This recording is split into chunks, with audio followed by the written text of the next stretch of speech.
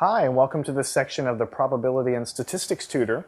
And in this section, we're going to switch gears a little bit. The last couple sections, we talked about data sets and average values and standard deviation. We're going to build upon that and go into one of the core topics in this class, which is called the probability distribution, and also an introduction to what are called random variables. So here you start to get into some more terminology, you see, and we need to break down those barriers to make it bearable for you, okay? Random variable is something easy to understand. A probability distribution is something easy to understand, but they all have these crazy sounding names. So just work with me here. Let's go through them. I'll give you lots of examples of what a probability distribution is, and that'll build the bedrock for the next couple of sections where we talk about some specific types of probability distributions, okay? So the first thing is a random variable. Okay, a random variable has a very fancy sounding name. All it means is the following. It's a variable, usually denoted by x, just like any other variable that you've used in algebra, that has a single numerical value determined by chance, okay, for each outcome of a procedure or an experiment, okay?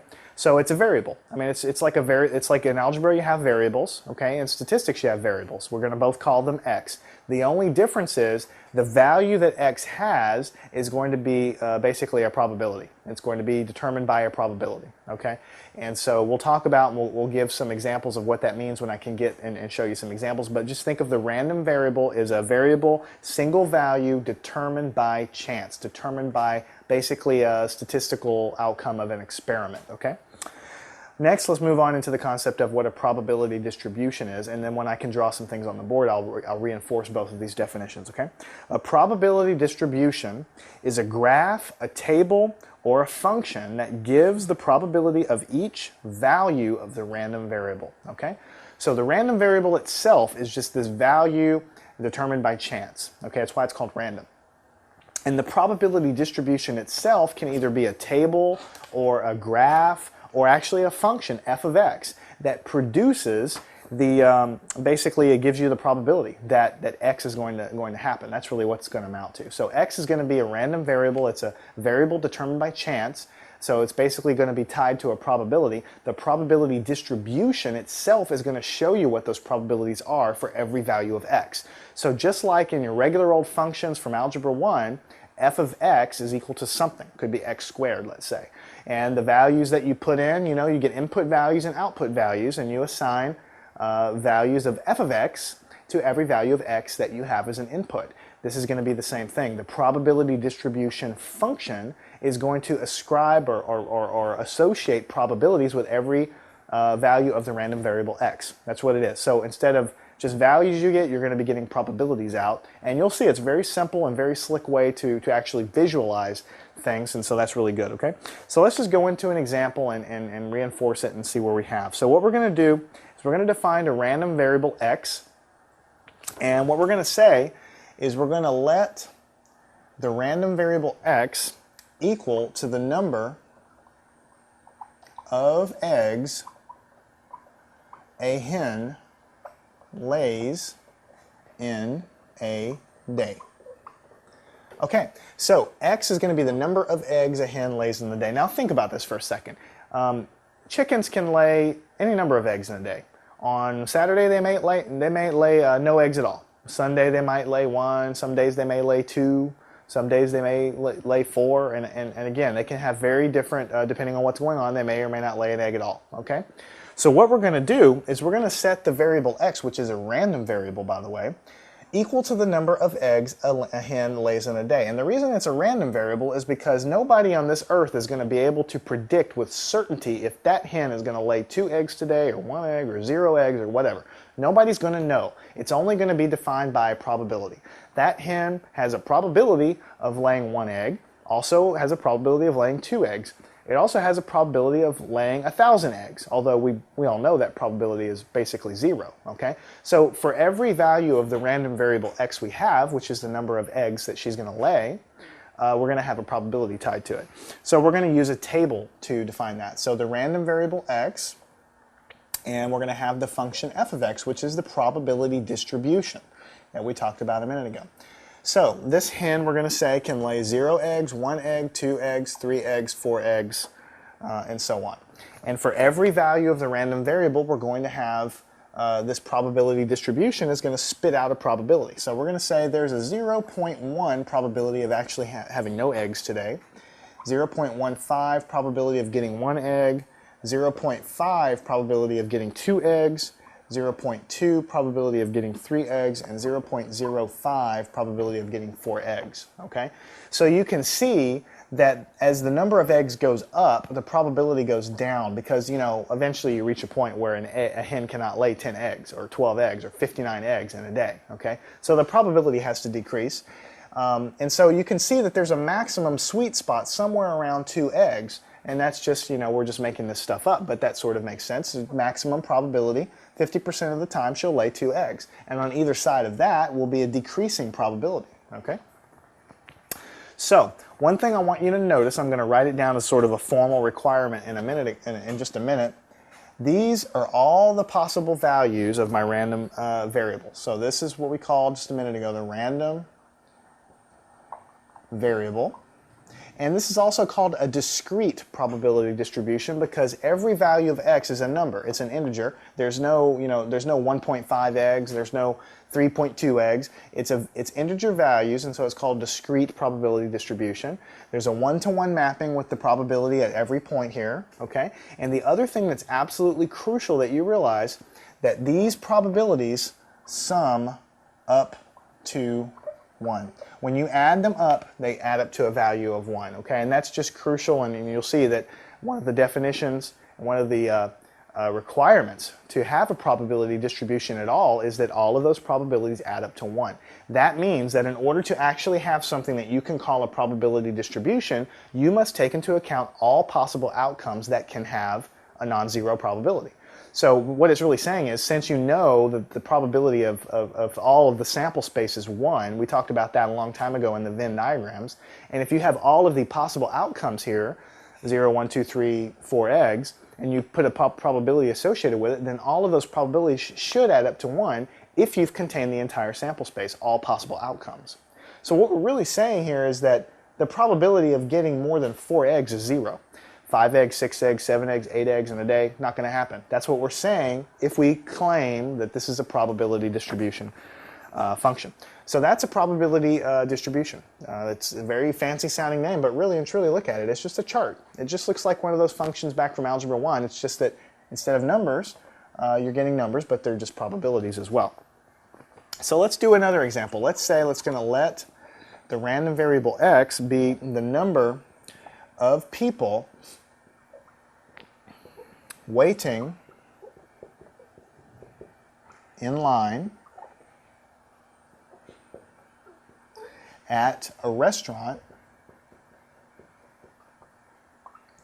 on Saturday night. So we've all been here, right? You go out to a restaurant with someone on Saturday night. Sometimes it's going to be packed. There's going to be a line of people out the door, and sometimes there'll be no wait at all. And it's sort of random. It depends on when everybody decides to go to dinner, right?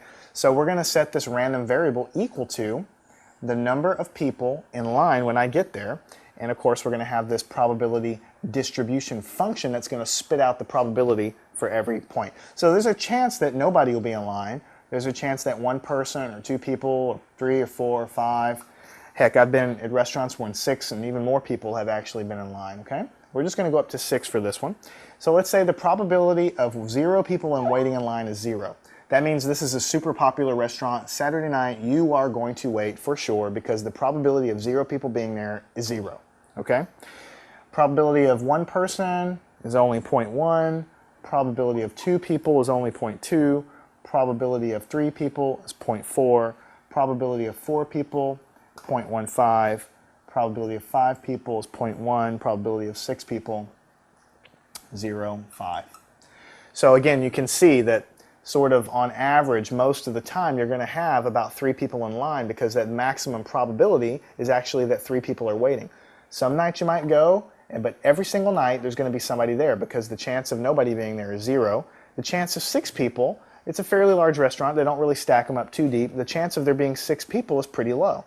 Chance of there being 5 people is pretty low. And somewhere in the middle here, there's a maximum chance on an average when you go into that restaurant, there's probably going to be 3 people there. Okay?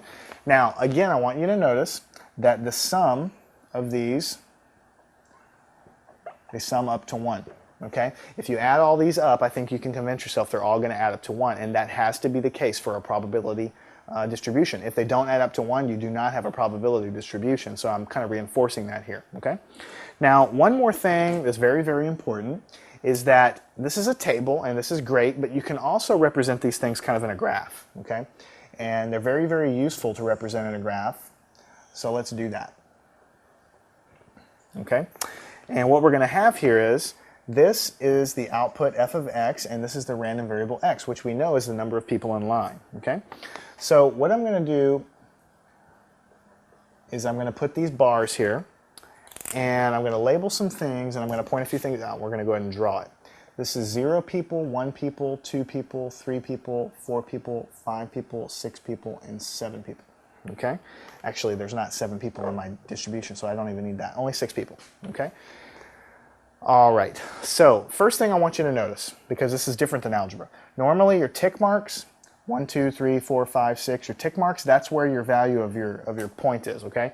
But when you're drawing these probability densities, this is sort of the zero value for my random variable x is this space here. 1 person, 2 people, 3 people, 4 people, 5 people, because I'm going to draw a bar chart, okay? So this is 0, this is 1, this is 2 along the x-axis. You're not really looking at the value of the tick marks, you're looking at sort of the space in between, okay? So the probability of 0 people being there is 0, so I'm going to put that right there, okay? And I'm actually going to erase this, and I'm going to go ahead and put 1, 2, 3, 4 tick marks. This is 0.1, 0.2, 0.3, 0.4. Okay? The probability of 1 person is 0.1, so I'm going to have a bar coming up like that. The probability of 2 is 0.2. The probability of 3 is 0.4, so we go all the way up to 0.4. The probability of 4 is 0.15, so right between these two. The probability of 5 is 0.1. And the probability of 6 is 0.05, so right in the middle there. Okay, there's your first probability distribution function plotted as what's called a histogram. Okay, so this is called a histogram. And you can see why it's so important and why it's so useful. You can tell at a glance that if you know that along this axis is the number of people in line at that restaurant, that you can tell at a glance that there's probably going to be 3 people in line. And you can also tell that there's less probability of having fewer people and less probability of having more. Because the restaurant's pretty popular, so you know if you walk in there's no way there's going to be no one in line. But you also know that the people don't let the people sit in the doorway, 10 or 12 people deep. Once you get above 6 people, they're seating them fast enough where there's really not ever going to be any more than 6 people waiting in line. But the sweet spot is right here in the middle, right there. In fact, we'll talk about it a little bit more, but you could almost say that the mean value of this probability distribution is right around 3. We'll talk about that more in just a minute, but I'm kind of giving you a little foreshadowing. Kind of, if you look on the whole, the mean value of this probability distribution, the mean, sort of the expected value that if you walk in the door you would expect to see in line is roughly around 3. Some days you go in, there'll be more, and some days less, but on average you'll probably see around 3 people. Okay, that's what that's saying. So let's go ahead and just write down some of these requirements for probability distribution. So these are the requirements for a probability distribution. And I've actually already talked about them. I'm just writing them down because you'll probably see them in your book. The sum of all values of this probability distribution must be 1. Sum of f of x. And if you look down here, f of x is just a list of probabilities. So if you add them up, they must equal 1. I already told you that 5 times, so it shouldn't be a surprise. The second thing is the values of f of x, this is also a no-brainer, have got to be greater than 0 but less than 1. So all that means is f of x must be positive but less than 1.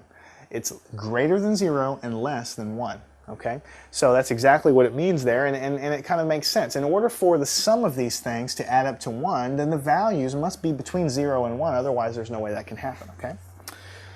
All right, so we understand that. I'm mainly just telling you that because it'll probably be in your book. Now the next thing I want to do is I want to talk about the mean, the variance, and the standard deviation of probability distribution. Okay, before I even write any equations down, I want to do it in pictures because I think pictures are a lot better to deal with than equations a lot of times, okay? So let's draw a couple of these histograms because they're pretty useful to visualize things, okay? Let's say I have one histogram. I'm just sort of drawing freehand right now. Let's say I have one histogram like this. It goes up, way up high like this, and then like this. This is one of those histograms, okay? And let's say another one from a different set, different probability distribution function looks much more like this, okay?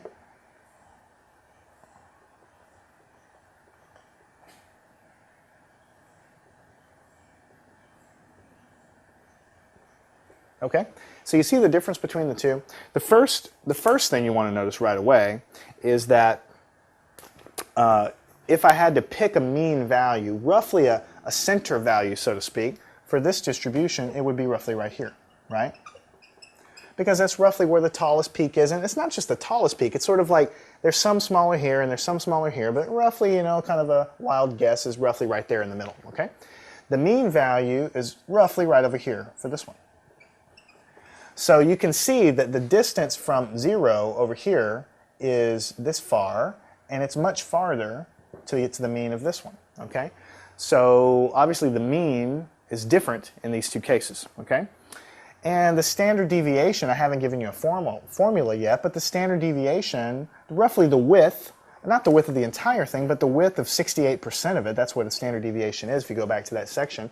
The standard deviation is roughly the width of, where 68% of your values fall. I'm going to just roughly guess and say it's roughly like this, okay?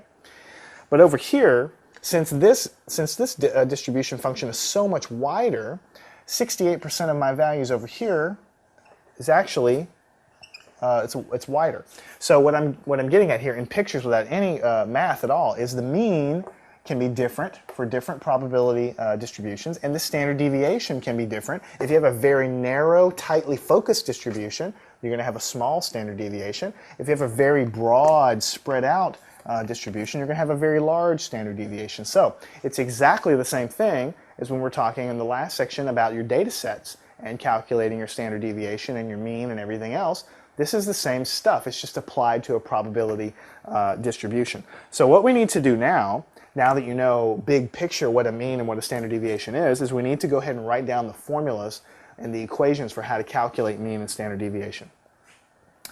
So the mean, when you are talking about a probability distribution, is always going to be written with a mu. That's a lowercase Greek symbol mu, and that's going to be called the mean. We usually talk about mean with a bar on top in the last section, but when you're talking about these distributions, you're always going to see mu. And what it's going to be is it's going to be the sum over all of x, okay, of the following thing, x times f of x. That's it. What does that mean? Well, first of all, you remember from the last section that the mean, anytime you take the mean of anything, you're going to add something up. Okay, that's what we were doing before. And usually when you have numbers, you add them up and you divide by the number of numbers. Here, we're not really doing any division, so you might say, how is this a mean? How can this possibly be a mean if they're not dividing by anything? Well, that's because this is a different animal. This is a probability distribution that this is applicable to. What it is saying is, go back to your chart over here. What it's saying is, to find the mean value of this random variable, that's what we're trying to find. We're trying to find roughly where the center point is. From this chart, we can see roughly the center point is at x is equal to 3, roughly.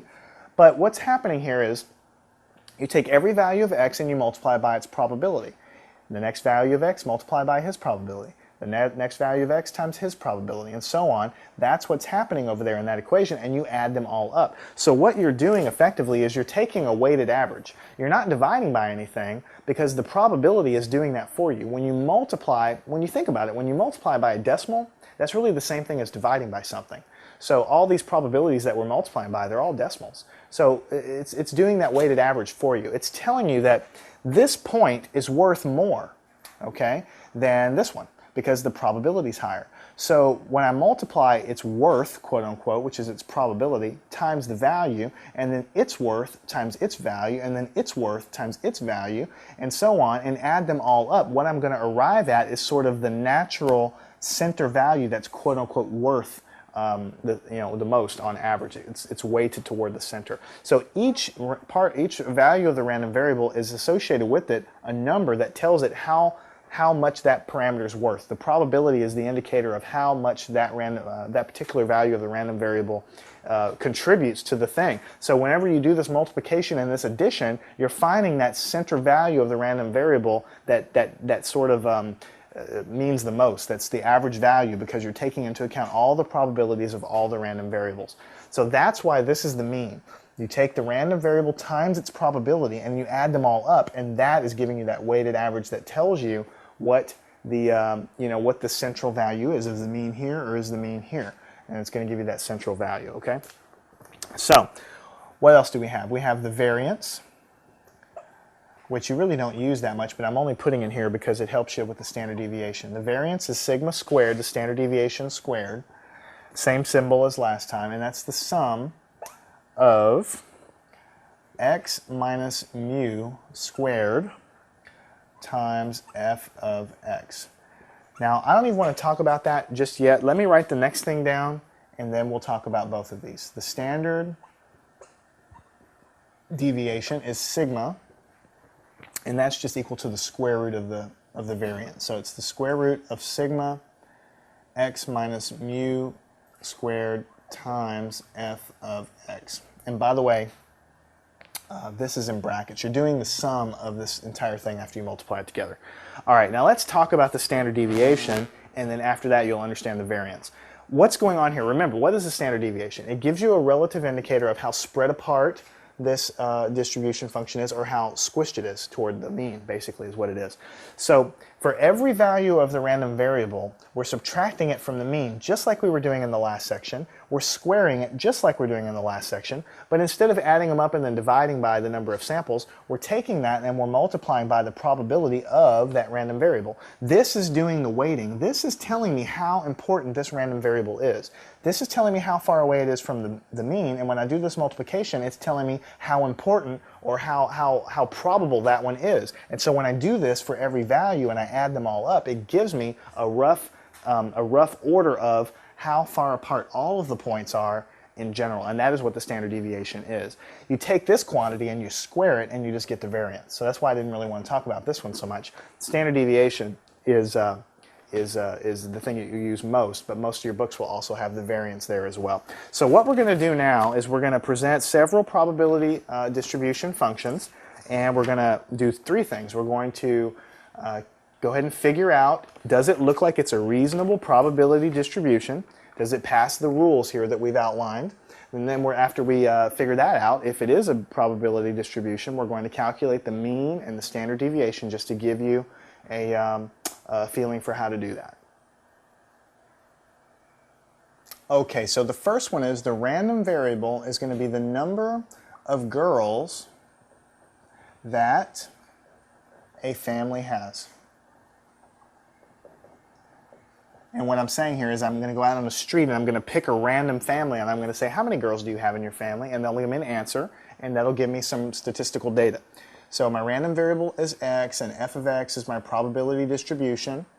And most families have either 0, 1, 2, or 3 girls. For the purpose of this example, we're just going to have those values. And then based on my survey, I find out that 0.125, the probability of 0.125 people are going to have no girls at all. The probability of having 1 girl is 0.375. The probability of having 2 girls is also 0.375. And the probability of having 3 girls is 0.125.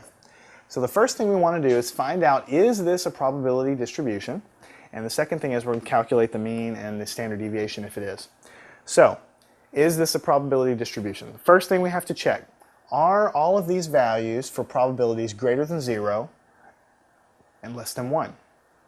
And the answer is yes, they're all positive, they're all greater than 0, less than 1, so that's fine. Second thing is, does the sum of the probabilities equal 1? And the answer is yes. if you take this and you add all these together, you'll find out that they do equal 1, so it is a probability distribution. Okay? Probability distribution. D for distribution. Okay? So we know that that's true. Now what are we going to do? We're going to calculate the mean and the standard deviation of this thing. So the formula, the equation for the mean of a probability distribution is the sum of the random variable x times its probability. And you're going to add all of these little products up. So it's very simple. You just go line by line and do the multiplication. It's going to be 0 times 0.125 plus 1 times 0.375 plus, I'm going to continue down here, 2 times 0.375 plus 3 times 0.125. Okay? And when I do this, I'm going to get 0 plus 0.375 from this one, plus 0.75 from this one, plus 0.375 from that one. And when I add all of this up, the mean is going to be 1.5. And notice when I say the mean, it's the mean of the random variable. So what it's saying is that if you have this statistical data, and this is the probability distribution, it means that on average, most people have 1.5 girls. Now, obviously, there's no such thing as 0.5 of a girl. Okay, I mean, that's true. But what it's saying is on the whole, most people don't have 1, most people don't have 2. On the whole, people have, 1.5. So some families are going to have 1, some families are going to have 2, and some are going to have 0, and some are going to have 4. But when you look at the average, you'll have 1.5 per household. Okay, now let's go ahead and calculate the variance, sigma squared, and then when we get the answer, we can take the square root and find the standard deviation. So this is going to be the sum, just like we said before, of x minus the mean squared times the probability. So for each value of the random variable, we subtract the mean, square it, multiply by the probability. So what we're going to have here is, looking at my data, 0 is the first value, minus the mean of 1.5 squared times the probability of that value, 0.125. Okay? And I'm going to add to that the next value. The next random variable I have is 1 minus 1.5, and I'm going to square it. I'm going to multiply by that probability, 0.375. Okay. The next problem is going to be, the next value is 2 minus 1.5 squared times its probability, 0.375. Okay. And the final thing is we're going to use the last value, which is a random variable of 3 minus 1.5. I'm going to square it, and I'm going to multiply by its probability, 0.125. Okay, so I've got a lot of multiplication and subtraction here, but it really just becomes a matter of putting it in your calculator at that point. So it's 0.28125 plus 0.9375 plus 0.9375 plus 28125, 0.28125. Okay? And when you put all that in your calculator and add it up, sigma squared, which is the variance, is 0.75. So that's what we're going to calculate for the variance, and the standard deviation is the square root of 0.75, okay, which is going to be 0.9. Okay, so what this is saying is that for this data, the mean is 1.5 girls, and the standard deviation is almost a girl, 0.9. Now, it may not make much sense in terms of girls, because you can't have 0.9 of a girl, but what it's saying is on average, most people have 1.5 girls in their house, and the standard deviation, or the spread, is almost a girl. So you can get a feeling for roughly most people plus or minus 1 girl around the mean is usually what that means, okay? So let's go ahead and do the next problem. And the next problem is going to be very similar, and we're going to do the same thing. We're going to say that x, the random variable x, is equal to the number of bad DVD discs, number of bad DVDs in a given batch of manufacture.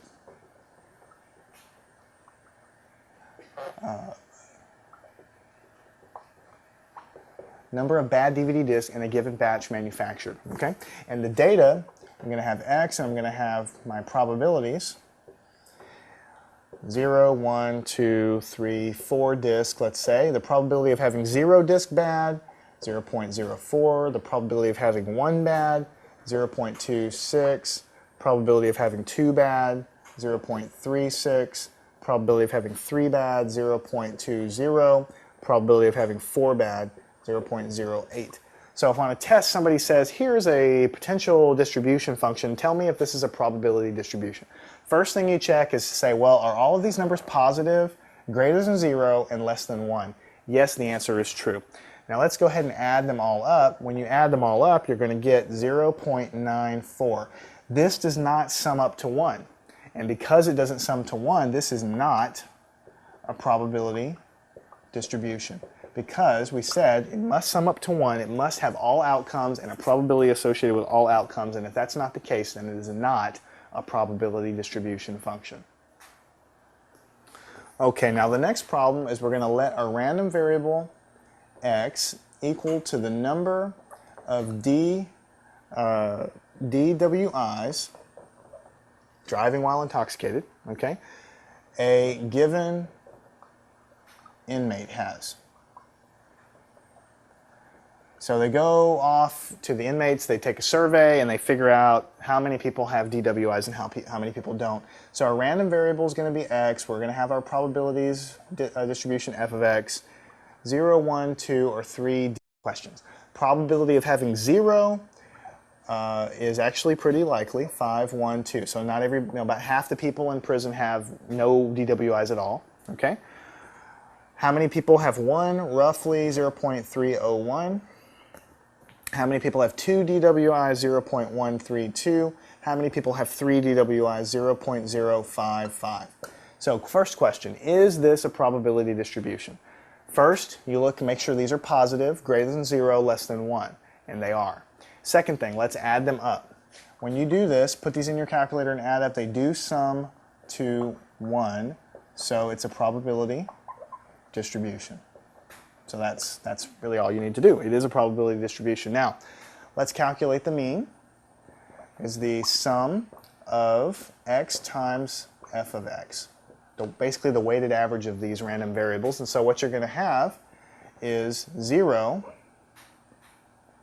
You're going to have 0 times 0.512 plus 1 times 0.301, this random variable times this probability, plus, let's go ahead and do it down here, plus 2 times 0.132 plus 3 times 0.055.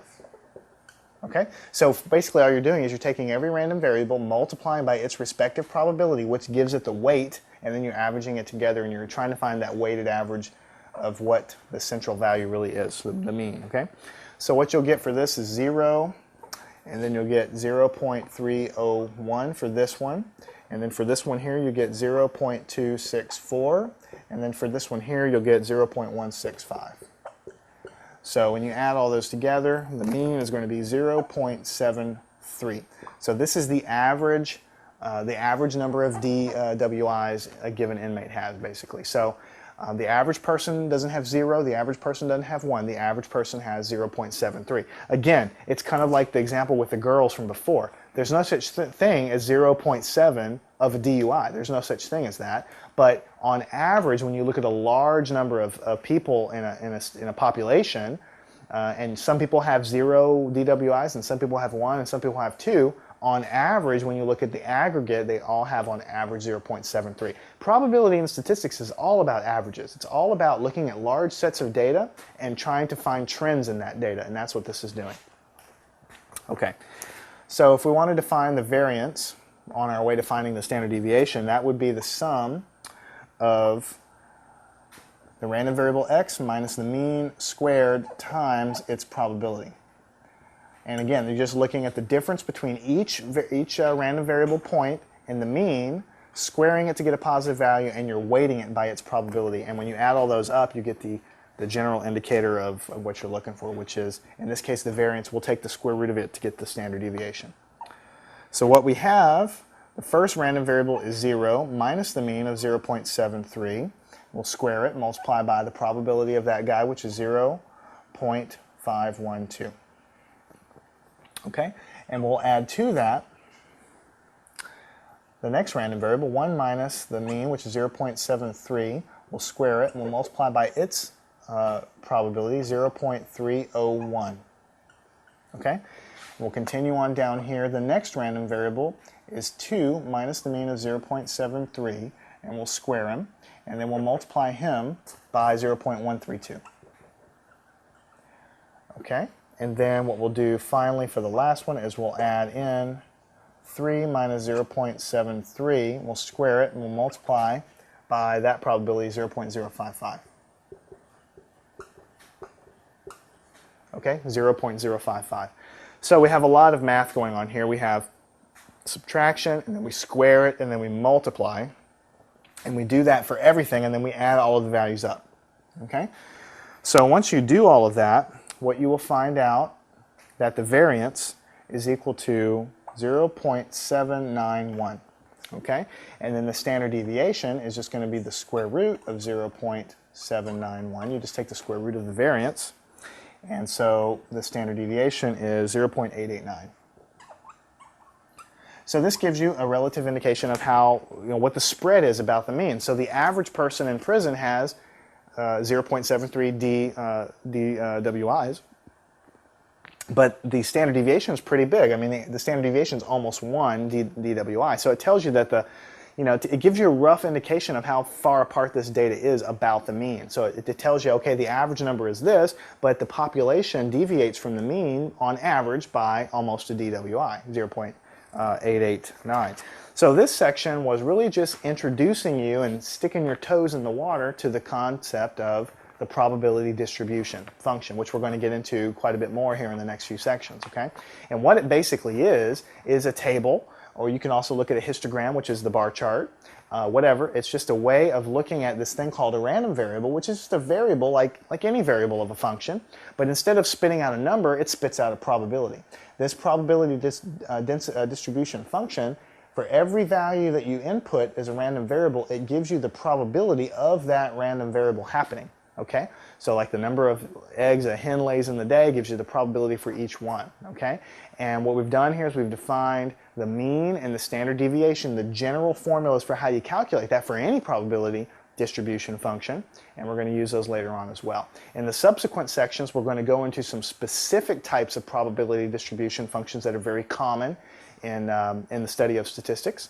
And then we'll go on from there. So this was a good introduction. It's going to lead directly into the very next few sections as a good foundation, and it's going to make that much less painful to tackle.